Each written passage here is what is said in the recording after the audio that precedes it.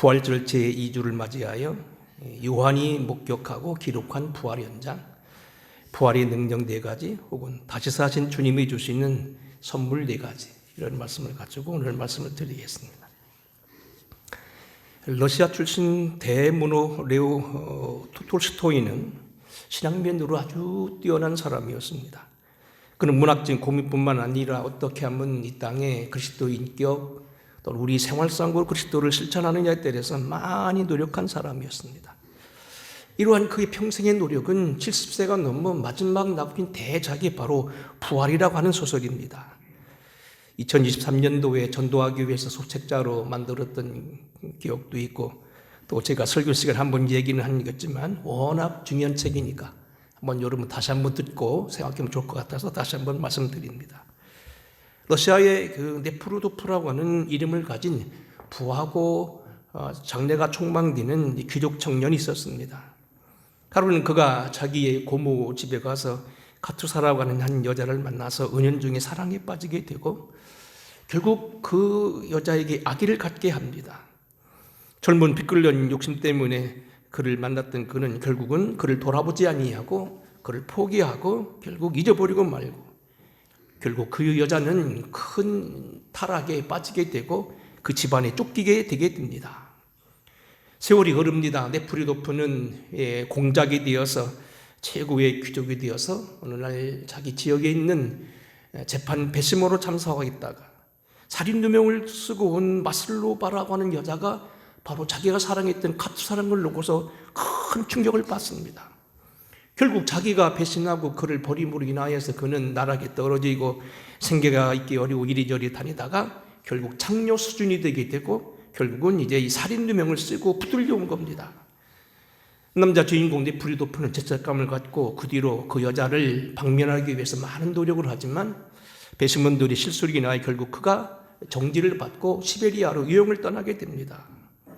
양심의 가책을 느끼는 네프루도프는 그 뒤로 성경을 읽어가면서 많은 걸 깨닫게 되고 그를 도와주기 위해서 그 역시 시베리아로 따라가며 그에게 결국은 그를 도울 수 있는 방법을 찾게 됩니다. 처음은 카투사가 나중에는 그냥 들었다가 바로 그 남자가 그 남자를 알고서 무척 미워하고 증오하게 되지만 나중에는 끊임없이 그를 향하여 기도하고 다가오는 네프루도프를 용서하지만 결국은 그의 모든 제안을 거절하고 옥중에서 만났던 시몬손이라고 하는 다른 남자를 만나 떠난다는 그런 장면입니다. 결국 이 부활이라고 하는 작품은 톨스토이가 70평생에 살아왔던 그리스도의 정신 땅에 실천한다는 모든 사상이 들어있는 작품이라고 합니다. 결국 이 양심을 버렸던 네프루도프, 또 그를 미워하고 증오했던 이 카투사, 결국 자기의 모든 걸 내려보고 부활을 경험하면서 새로운 인격적인 부활을 경험하고 용서하였지만 그의 진정한 행복을 위해서 떠난다고 하는 이러한 아주 유명한 작품입니다. 자, 이제 오늘 여기 우리에게 했던 이 부활은 과거 상처를 치유하고 우리에게 오늘도 사랑으로 다가오는 것이 부활의 능력이라는 겁니다. 깊은 상처에 매이지 아니하고 용서하고 더 넓은 차원을 향하여 나아가는 것, 더 높은 사랑을 위하여서 양보하고 뒤로 물러서는 것, 부활이야말로 우리 삶의 최고의 용기를 주는 그런 근거라는 겁니다. 자, 이제 오늘 우리는 지난주에 이어서 오늘 둘째 시간 사도 요한이 목격했던 부활의 장면 2번째 시간입니다. 주님이 공식적으로 제자들이 모인 자리에 나타나셨습니다. 그리고 그들에게 말씀하시고 그들에게 행하셨던 이 짧은 시간의 행동을 통해서 과연 부활은 우리에게 어떠한 선물을 주시는 건가? 오늘 우리가 잘 알다시피 사도 요한은 베드로보다도 먼저 예수를 따랐던 제자입니다. 베드로 역시 훌륭하지만 요한은 항상 예수님의 품 안에 있던 사람이었습니다. 예수님을 처음부터 끝까지 따랐던 사람이며 모든 걸 같이 했던 사람이고 그를 가리켜 주님의 사랑받는 제자라고 말하고 또 후에도 결국은 예수님의 어머니였던 모친을 평생 모시고 살 만큼 주님의 신임에 두터웠던 사람입니다. 주님을 가장 가까이 그리고 많이 사랑했던 이 요한 사도가 목격했던 부활의 현장, 그가 거기에서 우리에게 주시고자 하는 말씀은 뭐냐? 첫 번째, 제자들에게 나타나셨던 주님이 그들에게 말씀하신 것과 보이신 행위를 통하여 나타납니다. 사도 바울은 우리가 알다시피 뭡니까? 부활은 너무나 소중해서 이 부활이 없이는 죽은 자의 부활도 소용이 없고, 이 부활이 없으면 우리가 가장 불쌍한 자고, 다만 우리가 바라는 것이 이 삶일 뿐이라면 우리는 정말로 가장 불쌍한 자요, 그리스도의 모든 것 가운데 우리는 거짓 증인으로 발견된다고 말했습니다. 부활은 어쩌면 우리에게 가장 예수 믿는 사람들이 절대성, 아주 절대적인 그러한 필요한 교리인데, 이 부활을 통하여 우리에게 주신 하나님의 말씀, 주시는 선물 4가지, 오늘 여기 사도 요한이 증거했던 본문을 통하여 봅니다. 첫째로 오늘 여기 주님께서 저들에게 나타나시면서 첫 번째 공식적으로 나타난 제자리에서 제일 먼저 하신 것은 뭡니까? 일단은 인사를 하시죠. 너희에게 평안할지어다. 그 나라 말로는 살롬 그럽니다만, 어쨌든 이게 뭐냐, 마음이 평안인데 그건 있다 하고요. 제3의 선포입니다. 오늘 19절 이렇게 말합니다. 이날 안식 후 첫날 저녁 때 제자들이 유대인을 두려워하여 모인 곳에 문들을 닫았더니 예수께서 오사 가운데 서서 가라사대 너에게 평강이 있을지어다 하시고, 20절 같이 읽겠습니다. 이 말씀을 하시고 손과 옆구리를 보이시니, 이 말씀을 하시고 손과 옆구리를 보이셨다. 내가 너희를 위해서 이렇게 메어 달렸고, 내가 너희를 위해서 이렇게 내가 창자국 찔렸다. 제3의 선포란 얘기입니다. 왜 주님께서 십자가 달리셨고 왜 창자국을 받으셨습니까? 왜 죽으셨습니까? 우리의 온전한 허물과 죄악을 용서하시기 위해서. 우리는 지옥에 들어갈 수밖에 없고 파괴될 수밖에 없고 죽음에 들어갈 수 없는 오늘 우리를 위해서 영생을 위하여 주님께서 그렇게 매달렸다는 거예요. 1993년도로 기억합니다. 주님이 보내셨던 그 성지순례를 비롯해서 나중에 사도 바울이 감옥에 갇혔던 로마를 돌아가 본 적이 있었습니다. 당시는 성지순례가 쉽지 않은 곳이었는데 로마 교회에 가니까 십자가 파편교회라는 교회가 있었어요. 이것은 알다시피 주후 330년경에 콘스탄티누스 대제의 어머니였던 헬레나 여사가 성지를 발견해서 예수님이 십자가 달렸던 골고다 언덕에서 발견했다는 그러한 십자가 조각을 가져다가 보관한 교회였습니다. 그 옆에 보니까 쇠못이 있었습니다. 한 15cm 정도 되게 되는 쇠못, 각진 그러한 못이 있는 걸 보았습니다. 그래서 그것을 중심으로 하고 예배당을 걸 보았습니다. 왜 십자가에 매어 달렸고 왜 주님께서 그렇게 고통을 당하셨는가? 2013년입니다. 몇 번째 간 거에서 갈 때마다 다른데 이번은 선교사들을 모시고 갔는데 로마에 가게 되면 성 쇠사슬 교회라는 교회가 있습니다. 주님이 쇠사슬에 매였던 곳이라고 하면서 쇠사슬을 보관하는 교회가 있었습니다. 거기에 좀 유명한 뿔이 난 모세상이 있었고 그 옆에 쇠사슬을 보관하는 걸 봤습니다. 거기 주님께서 십자가에 매달리기 전에 쇠사슬을 받으시고 고통을 당하시며 고생했다는 그런 이야기입니다. 왜 주님께서 쇠사슬을 매이시고 고통을 당하셨겠는가? 왜 주님께서 비아돌로로사 좁은 길목을 가시면서 3번이나 넘어지시고 고통을 당하셨는가? 오늘 우리가 죽어야 될 죄악을 담당하시기 위해서, 우리 죽음을 대신하기 위해서 주께서 스스로 사형을 받으시고 주께서 우리 위해 고난을 받으시고 우리 위해 고난을 받기에 십자가에 매어 달리시고 창작을 받았다는 얘기입니다. 결국 손과 옆구리를 보이셨다. 내가 너희를 위해 용서하셨다는 겁니다. 사도 바울은 골로새서 1장 13절에 보게 되면 그가 이렇게 말합니다. 그가 우리를 흑암의 권세에서 건져내사 그의 사랑의 아들의 나라로 옮기셨으니 그 아들 안에서 우리가 속량 곧 제사함을 얻었도다. 주님이 십자가에 달리심으로 해서 우리가 제사함을 받고 우리가 이제는 저주의 나라, 진노의 나라가 아닌 사랑의 아들의 나라로 옮기셨고 그 아들 안에서 우리가 속량 곧 제사함을 얻었도다. 2장 13절입니다. 또 범죄와 육체의 무할례로 죽었던 너희를 하나님이 그와 함께 살리시고 우리의 모든 죄를 사하시고 우리를 거스리고 불리하게 하는 모든 법조문에 쓴 증서를 지우시고 제하여 버리사 십자가에 못 박으시고 통치자들과 권세들을 무력화하여 드러내며 구경거리로 삼으시고 십자가로 그들을 이기셨느니라.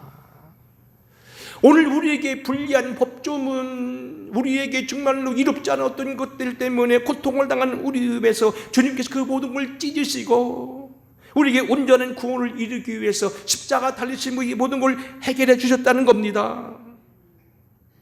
요한 사도는 5장에서 이렇게 말합니다.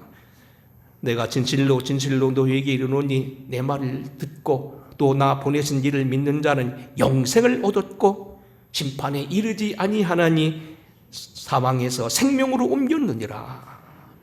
우리가 저지른 모든 건 우리 아담부터 우리가 죄의 속성을 가진 우리는 미워하고 우리는 결국 죄악에 떨어질 수밖에 없는 우리들이지만은 이제는 우리에게 주께서 십자가 지심으로 영생을 얻었고 심판에 이르지 아니하고 오늘 여기 사망에서 생명으로 옮겼다. 베드로 사도는 1장에서 이렇게 말합니다. 부활이 왜 필요하냐? 우리 주 예수 그리스도의 아버지 하나님을 찬송하리로다. 그의 많은 긍휼하심으로 예수 그리스도를 죽은 자 가운데서 부활하게 하심으로 말미암아 그리스도를 죽은 자 가운데 부활하게 해서 우리를 거듭나게 하시고 산 소망 있게 하시며 썩지 않고 더럽지 않는 쇠하지 아니하는 유업을 이어가게 하시나니 곧 너희를 위하여 하늘에 간직하신 것이라. 우리의 죄를 용서하여 주시고 우리에게 다시는 썩어질 소망이 아니고 없어진 소망도 아니고 이 땅에 많은 것들은 다 한계가 있으나 영원한 소망, 위에 여러분도 그런 세계에 들어갈 것이라고 믿습니다. 여러분 기억하셔야 됩니다. 너무 감사한 거 아닙니까? 손과 욕구를 보이시면서 봐라, 너희를 만져봐라, 내가 너희를 위해 십자가 달렸다. 옆구리를 봐라, 내가 창자국을 받았다. 너희를 위해 죽었다. 그래서 내가 너희에게 영생을 허락했다. 썩지 않고 더럽지 않고 쇠하지 아니하는 유업을 이어가게 했다. 하늘에 있는 것이다. 사망이 뭡니까? 이 모든 것들은 없어지는 것이 아니다. 특별히 오늘 우리가 이 죄를 해결하신 주님, 우리에게 오늘 부활의 주님으로 완성됐다는 사실을 기억해야 됩니다. 인류의 최고의 모든 과제는 죽음을 초월하는 일이었습니다. 그래서 많은 성현들이 때로는 가정을 나가고 때로는 가족을 버리고 자기 생을 버리며 금욕하며 금식했습니다. 하지만 그것이 그들에게는 열리지 않았습니다만 오직 예수 그리스도의 피로 말미암아 가능했다는 사실을 여러분 기억해야 됩니다. 죄는 우리에게 오늘 뭡니까? 영혼을 좀먹는 영혼의 암초고 일생에 우리에게 불행을 가져오게 되고 우리에게 정상에 서지 못하게 되고 가정과 생활을 파괴하게 되고 우리에게 같은 각종 질병과 사망을 가져오게 되고 우리에게 미움과 다툼을 일으키게 하지만 주님의 보배로운 피는 이 모든 것을 해결하셨다는 겁니다. 그때 너희가 그 가운데 행하여 이 세상 풍속을 쫓고 공중의 권세 잡은 자를 따랐으나 곧 지금 불순종 아들들 가운데 역사하는 영이라. 전에는 우리도 다 그 가운데서 우리 육체의 욕심을 따라 지내며 육체와 마음이 원하는 것을 하여 다른 이들과 같이 본질상 진노의 자녀이었더니 긍휼의 풍성한 하나님이 우리를 사랑하신 그 사랑을 인하여 허물로 죽은 우리를 그리스도와 함께 살리셨고 너희가 은혜로 구원을 얻은 것이라 또 함께 일으키사 그리스도 예수 안에서 하늘에 함께 앉히셨느니라. 전에 제 가운데 있는 오늘 우리는 세상의 풍속을 따르고 세상의 것으로 해결해 보려고 했지만 이 모든 것은 육체의 욕심이었으나 이제는 그런 것이 아닌 주님께서 피 흘려 죽으심을 인하여서 우리의 모든 걸 용서해 주시고 긍휼에 풍성하신 은혜로 우리를 하나님의 함께 하나님의 보좌 우편에 앉게 했다는 겁니다. 이는 그리스도 예수 안에 있는 우리에게 자비하심으로 그 은혜의 지극히 풍성함을 오는 여러 시대에 나타나게 하려 하셨다. 오늘도 주님이 주시는 최고의 선물 제사함입니다. 여러분이 과거와 우리의 모든 것 포함해서 미래의 모든 연약함을 포함해서 용서하신 것, 손과 옆구리를 보이셨습니다. 두 번째로 예수께서 우리에게 주시는 건 뭡니까? 평안입니다. 이미 드린 말씀대로 이날 안식 후 첫날에 오셔서 제일 먼저 하신 게 뭡니까? 너에게 평강이 있을지어다 하십니다. 특별히 그들은 어떻게 하고 있었습니까? 지금 불안에 떨고 있었습니다. 그래서 닫힌 문을 걸어 잠그고 도망가 있었습니다. 사람들이 쫓아올까 잡힐까 두려워하고 있었습니다. 그런데 주님이 그 가운데 서셨습니다. 닫힌 문으로 돌아오셨습니다. 우리가 오늘도 마음의 평강을 잊어버리고 두려워하는 이때에 주님은 여러분 가운데 오실 수 있다는 겁니다. 특히 사랑하는 성도 여러분, 악인에게는 평강이 없다는 사실을 꼭 기억하셔야 됩니다. 시편 48편 22절입니다. 여호와께서 말씀하시되 악인에게는 평강이 없다 하셨느니라. 시편 57편 21절입니다. 하나님의 말씀에 이르기를 악인에게는 평강이 없다 하셨느니라.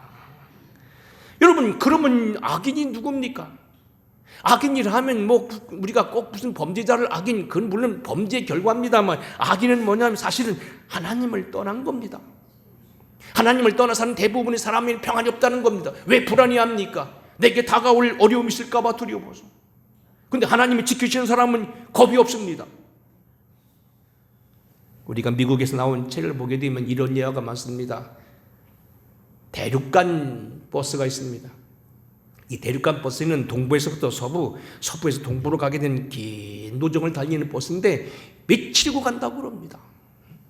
며칠이고 하는 버스가 있는데 장장 그 긴 길을 가는데 어린 하나가 버스 안에서 그저 싱글싱글 웃고 있습니다. 나중에는 처음에는 그냥 그런가 보다 하다가 나중에 어른들이 쳐다보고 이상해합니다. 너 얘 혼자 가는 것 같은데 너 어렵지 않니? 아니요. 저 혼자가 아니에요. 저 앞에 운전하고 있는 저분이 제 아빠예요. 인생을 살아가면서 오늘 우리가 혼자 가는 게 아니라는 얘기입니다. 우리가 오늘 먼 인생을 살아가면서 먼 길을 항해하면서 우리가 당대할 수 있는 건 우리 인생의 선장, 우리의 운전의 운전수가 우리 주님이라는 겁니다. 우리 아버지란 얘기입니다. 악인에게는 그렇지 않음이요 오직 바람에 나는 교와 같도다. 그러므로 악인의 심판을 견디지 못하며 죄인이 의인의 해중에 들지 못하리로다. 대저 의인의 길은 여호와께서 인정하시나 악인의 길은 망하리로다. 인생의 주인 되신 그분이 내 안에 계시면 내가 태평할 수 있다는 겁니다. 어떠한 어려움이 닥쳐오고 이러저러한 힘든 일이 닥쳐온다 하더라도 내가 흔들리지 않는 것은 인생의 주관자, 나의 모든 인생을 아시는 주님, 삶과 죽음뿐만 아니라 성공뿐 아니라 실패도 아시는 주님, 나의 모든 걸 아시기에 어떻게 보면 몸체가 살아있으면 영광이고 죽으면 하늘나라라는 겁니다. 그런 배짱이 있다는 겁니다. 악인에게는 그렇지 않음이라고. 그러하지 않은 사람은 불안할 수밖에 없다는 겁니다. 오늘 주님께서 우리에게 평강 주시는 건 평안입니다. 특별히 오늘 예수 그리스도 안에 있는 평안은 잘 해석해야 되는 건 이런 얘기입니다. 내가 예수 믿었더니 그저 그냥 끼니가 있기 어려워서 쌀떡이 살은 떨어져 가지만 마음은 태평하다는 그런 얘기가 아닙니다. 여기서 평강이라는 것은 인생에 누릴 수 있는 모든 걸 포함합니다. 그래서 은혜라고 하는 평강에 늘 성경에는 같이 따라다닙니다만, 은혜라는 것은 하늘과의 관계고 이 평강이라는 것은 이 은혜로 말미암아 내게 주어진 하나님의 축복입니다. 여러분 자녀가 잘 되는 것도 평안입니다. 여러분이 건강하게 사는 것, 무병하게 사는 것 평안입니다. 여러분 재물 걱정 않고 평안히 살 수 있도록 때마다 일마다 도우시는 것도 평안입니다. 하나님은 그런 것까지도 조정하신다는 거예요. 여러분 생각할 때 정말 우스운 일이고 정말 이것은 아주 사소한 일 같지만 하나님은 그런 일정까지도 체크하신다는 겁니다. 이른 비와 늦은 비를 내려주시고 비가 필요할 때 비를 내려주시고 떼약빛이 내려서 곡식을 익게 할 때는 익게 하시고 여러분 가정을 위해서 때마다 일마다 도우신다는 겁니다. 그래서 하나님을 사랑하는 사람, 믿음으로 사랑하는 사람, 두려움이 아니라 담대하기 때문에 이렇게 말합니다. 시편 27편입니다. 여호와는 나의 빛이요 나의 구원자시니 내가 누구를 두려워하리요. 여호와는 내 생명의 능력이시니 내가 누구를 무서워하리요. 나의 대적 나의 원수된 행악자가 내 살을 먹으려고 내게로 왔다가 실족하여 쓰러졌도다. 군대가 나를 대적하여 친칠지라도 내 마음이 두렵지 아니하며 전쟁이 일어나 나를 친다 할지라도 오히려 안연하리로다. 여호와께서 환난 날에 나를 그 조직 속에 조막 속에 비밀히 지키시고 그 장막의 은밀한 곳에 나를 숨기시며 바위 위에 높이 두시리라. 우리는 뭡니까? 젊은 청년이었던 이 다윗이 골리앗 장군 앞에 태평했다는 것은 정말로 놀라운 일인데 그런 담대함이 주어진다는 겁니다. 시편 46편 1절입니다. 하나님은 우리의 피난처시요 힘이시니 환난 날에 만날 큰 도움이시라. 어려움 당할 때마다 기도하여 그때마다 하나님이 축복하신다는 겁니다. 그러므로 땅이 변하여 산이 흔들려 바다 가운데 빠지든지 바닷물이 흉흉하여 뛰놀든지 그것이 넘침으로 산을 요동할지라도 우리는 두려워하니로다. 여러분요, 잘 들으셔야 돼요. 그럼 이것들이 결국 우리에게 대한 어떤 그냥 해보는 소리냐? 주님이 약속하신 겁니다. 너에게 평강이 있을 줄 알고 부활 후에 나타난 건 아까 말한 제사함이고요. 두 번째는 너희가 기도하면 내가 평안을 주리고 그 모든 걸 이기게 한다는 이야기입니다. 약속인 겁니다. 지금 너희가 어려움 당하면 기도하라. 그러면 너에게 평강이 있을 거다. 빼앗기지 않겠다는 그런 약속입니다. 요한복음 14장 27절 유명한 기절입니다. 평안을 너희에게 끼치노니 곧 나의 주는 평안은 내가 주노라. 그리고 또 뭐라깁니까? 세상에선 너희가 환난을 당하나 담대하라. 내가 세상을 이기었노라. 내가 고난 중에도 세상을 이기어서 이긴 것처럼 너희에게도 감당할 수 있는 능력을 주시겠다는 겁니다. 필요할 때 해결해 주시겠다는 겁니다. 여러분이 거처의 문제라든지 모든 것이 노후생활 많은 것들을 해결해 주시겠다는 겁니다. 또 다른 길을 피할 길을 주시겠다는 겁니다. 여러분에게 간증거리가 미리 말하지 않는 게 좋겠습니다만 지나온 길을 가만히 보게 됩니다. 어떻게 해서 내가 앞으로 목회를 하게 되고 신학은 어떻게 졸업하게 되고 왕십리에서 대리 버스 토큰이 떨어져서 감리교 신학대까지 한 8, 9km 될 거요. 걸어갔던 적도 있거든요. 버스 노선 따라서 걸어갔더니 버스 토큰이 없어서 걸어갔다. 내 호주머니에 돈 한 푼이 없었다는 얘기잖아요. 토큰이 얼마입니까? 당시 우리로 말하면 500원도 없었다는 얘기 아니에요. 어떻게 공부를 끝내고 내가 목회를 하며 장가는 어떻게 하며 장가하며 집은 어떻게 하고 할 건가? 근데 그때마다 기가 열어졌고요. 이래저래 했어요. 요즘에 와서는 그런 생각도 해보게 됐어요. 제가 이웃에 있던 오가 교회는 상당히 큰 교회입니다. 200여 명 모이는 교회였고 백종원이 할아버지가 다니셨던 교회이고 부자들이 많은 교회이고요. 예산이 많은 교회에 있다가 총무로 갔지요. 사실 더 큰 길로 왔어야 되는데 알다시피 제가 이 어려움 많이 당하고 왔는데 가끔 내 생각이 그래요. 교우들이 나를 어떻게 볼까? 뭐가 저렇게 잘못돼서 하나님이 저를 이렇게 그렇게 깎아내리고 저렇게 어려움 당하고 왔을까? 그 생각도 해보게 되었어요.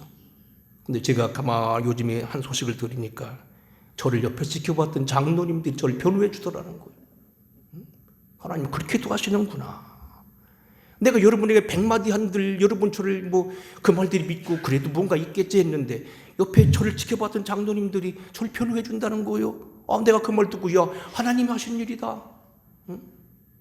그렇게도 하시더라고요. 때마다 일마다 도와주시고 열어주시고 노후생활 준비해 주시고 거처를 정해 주시고 하나님 축복해 주시는 것. 이날구 안식구 첫날 저녁 때 주례인들을 도로하여 모인 곳에 예수께서 서서 이르시 너에게 평강이 있을지어다. 또다시 21절입니다. 예수께서 또 가라사대 너에게 평강이 있을지어다. 두 번이나 말씀했습니다. 여러분을 책임지겠다는 겁니다. 다만 이것은 해보는 인사가 아니라는 걸 꼭 기억하시고 이건 약속이십니다. 내가 기도하고 내가 구하면 이루어주겠다. 세 번째는 우리에게 목적을 주시는 겁니다. 21절입니다. 예수께서 또 가라사대 너에게 평강이 있을지어다. 아버지께서 나를 보내신 것까지 나도 너희를 보내노라. 인생의 목적을 주시는 겁니다. 우리의 삶이 보냄을 받은 삶이라는 겁니다. 알버토 슈바처 박사는 목사의 아들로 태어나서 공부를 많이 해서 신학교 교수가 됩니다. 당연히 목사입니다. 나중에 그는 공부를 해가지고 의학 박사가 됩니다. 그는 그뿐만 아니고 당대 최고의 전자오르간 아니죠. 파이프 오르간이 피아니스트입니다. 요즘 말하면 우리나라처럼 정명훈이처럼 장충체육관에 하게 되면 수천 명이 와서 돈을 내고 관람하는 사람이었습니다. 대단한 지혜있던 사람입니다. 근데 어느 날 이건 모두 다 포기하고 아프리카에서 적도 밑에 있는 가장 어려운 가봉의 봉고라는 곳에 들어가서 그래서 삶을 살게 되고 당신이 모든 걸 거기서 내어주고 거기서 죽습니다. 왜? 우리는 보냄을 받은 삶이라는 겁니다. 나는 나를 위해 사는, 나의 목적을 위해 사는 것이 아니라는 겁니다. 나는 하나님의 보내신 삶을 위해 살겠다는 겁니다. 슈바이처 이후로 많은 사람들이 그러길 택하였고, 제가 잘 알고 있는 우리 천성교회 남상현 당윤한 분은 저 충남대학병원에 최고의 산부인과로 삽니다. 미국 유학고 갔는데 하루에 1년에 몇백 건씩 여자 수술합니다. 대가입니다. 그분한테 가면 애누리가 없습니다. 참 잘하십니다. 근데 어느 날요, 이분이 아프리카에 갔다는 소식을 듣게 되었고요. 그 부인도 김성수 권사라고 이비인후과 원장입니다. 둘이 가만히 두고서 거리 아프리카 건너갔습니다. 지금 나오시는지 모르겠습니다만 지금 아프리카 가 있습니다. 보스와니 앞으로 뭐 이름도 모르는 나라가 가지고 거기 선교하는 거예요. 참 이런 분들 사는 게 이게 바로 우리 인생의 삶이라는 겁니다. 보냄을 받은 삶이라는 겁니다. 리빙스턴은 선교사였뿐만 아니라 그는 탐험가로서 많은 일을 하게 되는데 많은 사람들을 아프리카로 끌어들인 그러한 지역이 됩니다. 나이팅게일이나 앙리드나 그민의 많은 사람들이 바로 그리스도의 주어진 삶을 살았다는 겁니다. 우리에게 주시는 건 삶의 목적을 주신다는 겁니다. 끝으로 한 말씀은 뭐냐면 우리에게 성령을 통하여 능력을 주신다는 겁니다. 22절 같이 읽어보겠습니다. 이 말씀을 하시고 저희를 향하여 숨을 내쉬며 가라사대 성령을 받아라. 너희가 네 죄든지 사하면 사하여질 것이요 네 죄든지 그대로 두면 그대로 있으리라 하시니라. 우리에게 사명을 주시고 우리에게 평안을 주시고 우리에게 제사함을 주셨는데 이 모든 것들이 무엇으로 실천될 수 있는가? 성령이라는 겁니다. 감당할 수 있는 능력 주신다는 겁니다. 우리에게 많은 사명거리를 주시되 일할 수 있는 능력을 주시는데 그 능력 주시지 않고 보냈다는 얘기는 아주 나쁜 이야기입니다. 하나님 이 모든 것을 감당할 수 있는 능력도 주신다는 겁니다. 제가 이 설교를 처음 준비하던 99년도라고 되어 있는데 제가 보고 있던 신문에 이런 글이 하나 났습니다. 종의 기원이라고 하는 다윈이 겪었던 일입니다.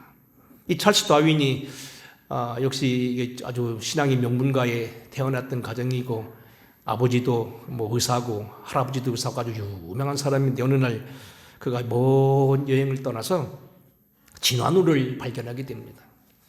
그래서 결국 저 유명한 나라로 결국 가서 저 남미에 있는 그 갈라파고스 섬이라는 곳에 여러 섬에 가보니까 일단 이런 얘기입니다. 새 부리도 섬에 따라서 갉아먹기 좋은 건 뭐 이렇게 한다든지 뭐 그냥 쪼아먹는 것을 이렇게 됐다든지 다 똑같은 샌데도 부리가 다르다는 거. 거북이를 봐도 이 섬에서 똑같은 거북이인데 등자리가 이렇게 생겼고 어떤 건 이렇게 생겼고 물갈퀴가 다르다는 겁니다.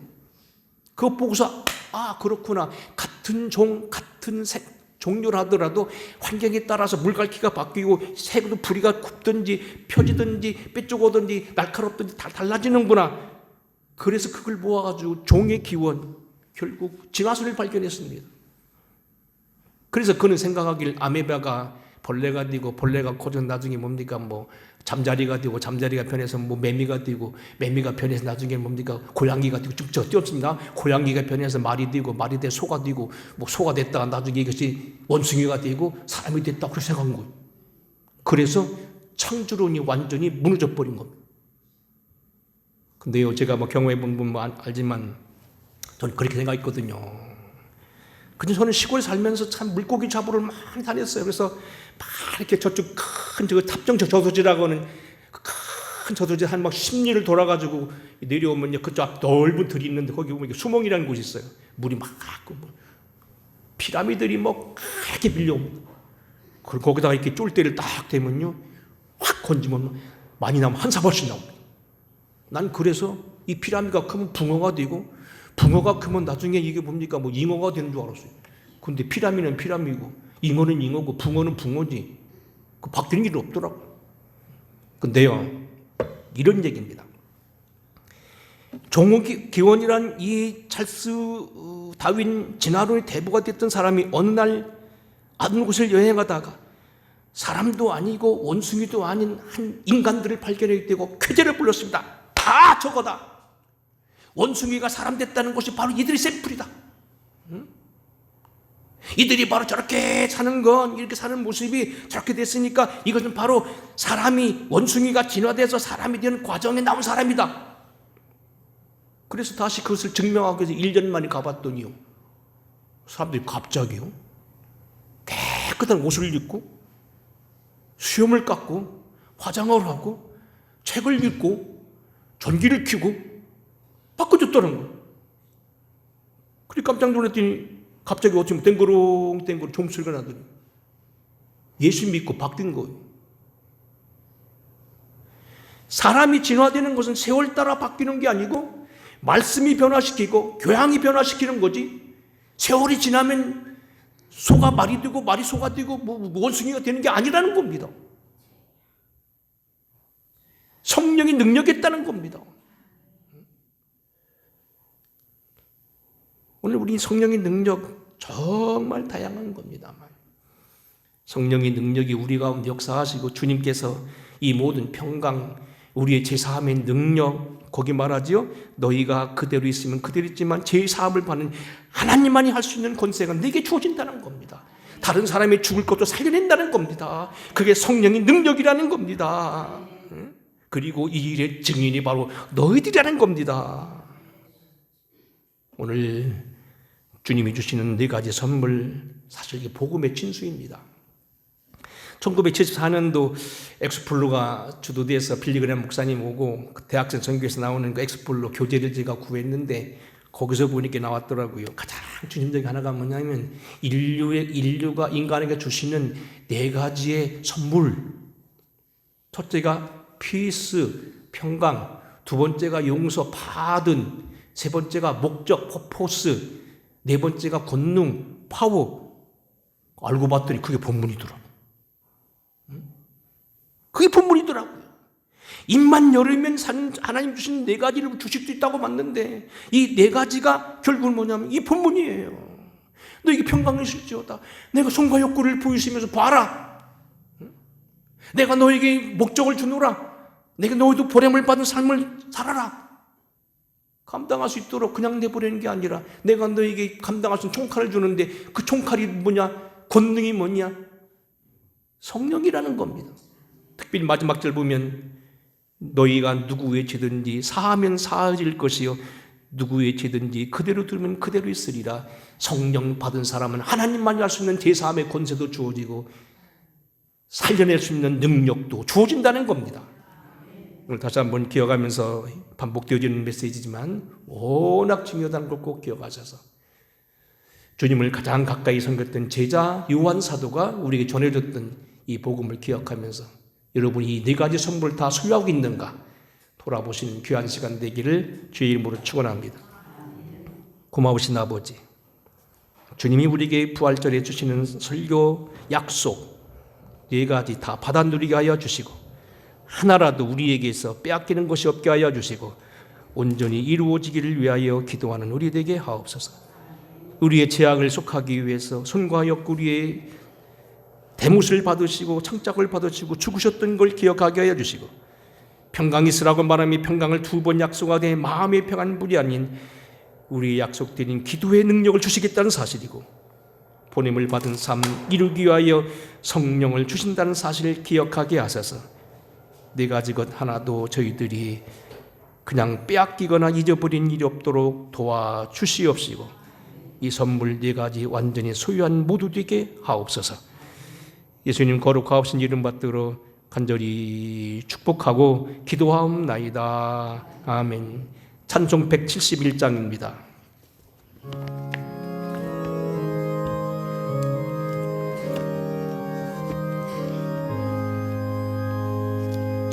하나님의 독생자 예수 날 위하여 오시었네. 내 모든 죄 다 용서하고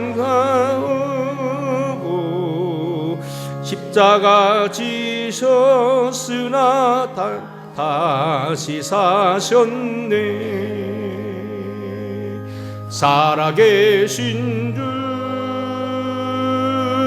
나의 참된 소망, 두려움이